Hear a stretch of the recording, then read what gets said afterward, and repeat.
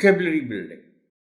Explain the meanings of words that you think may be difficult for the children. Some words and their meanings are being given here. Amazing, surprising, حیران کر دینے والی. لیکن honourable teacher, میں یہ بات اکثر کہتا ہوں کہ کسی ورڈ بلکہ اکثر ورڈز کے میننگز میں جو ہم ورڈز لکھتے ہیں میننگز کے طور پر، وہ پوری طرح اس ورڈ کی سینس کو کنوے نہیں کرتے. اب دیکھیں نا، امیزنگ کے معنی ہم نے لکھ تو دیے، سرپرائز بچوں کو بتا بھی دیں گے کہ حیران کر دینے والی چیز کو سرپرائزنگ ہے. لیکن ضروری نہیں کہ جو چیز سرپرائزنگ ہو وہ امیزنگ بھی ہو. سرپرائز میں اچانک والی کوئی نہ کوئی چیز ہوتی ہے، اور پھر آپ بعض اوقات سرپرائز کا یہ ایلیمنٹ بھی ہوتا ہے کہ آپ ایکسپیکٹ نہیں کر رہے ہوتے، مگر کچھ اور آپ کی ایکسپیکٹیشنز کے برعکس کچھ چیز نکل آتی ہے، آپ حیران تو ہوتے ہیں. لیکن امیزنگ میں ایک تو اچانک والی بات ضروری نہیں ہے، اور ایکسپیکٹیشن والی بات بھی ضروری نہیں. وہ چیز ہی ایسی ہوتی ہے کہ اس کو دیکھ کر بندہ حیران ہو جائے. That is amazing.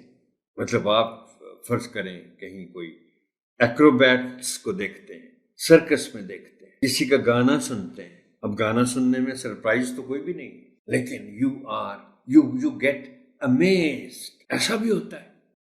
فیکٹس، حقائق، کلرفل، رنگین، فل آف کلرز.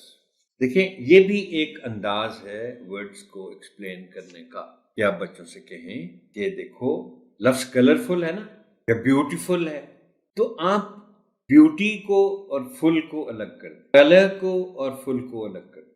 تو بیوٹیفل کیا بنا؟ Full of beauty. کلرفل کیا بنا؟ Full of colour.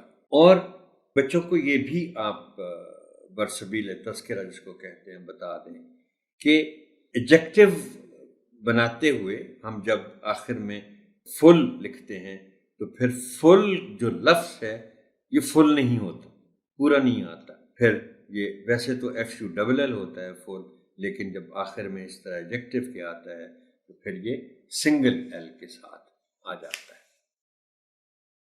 امیجز، تصویریں، پلانٹس، سیارے، رین فارسٹس، یہ ہوتے تو جنگل ہی ہیں، لیکن انہیں برساتی جنگل جو بہت گھنے ہوتے ہیں، ایک ہوتے ہیں، بہت زیادہ درخت ہوتے ہیں، اور جہاں بارش بہت زیادہ ہوتی ہے. they are called rain forests. wild animals، جنگلی جانور.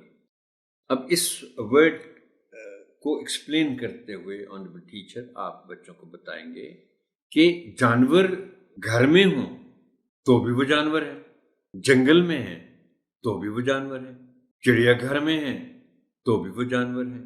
لیکن گھر میں جو ہیں ان کو ہم کہتے ہیں پیٹ اینیملز.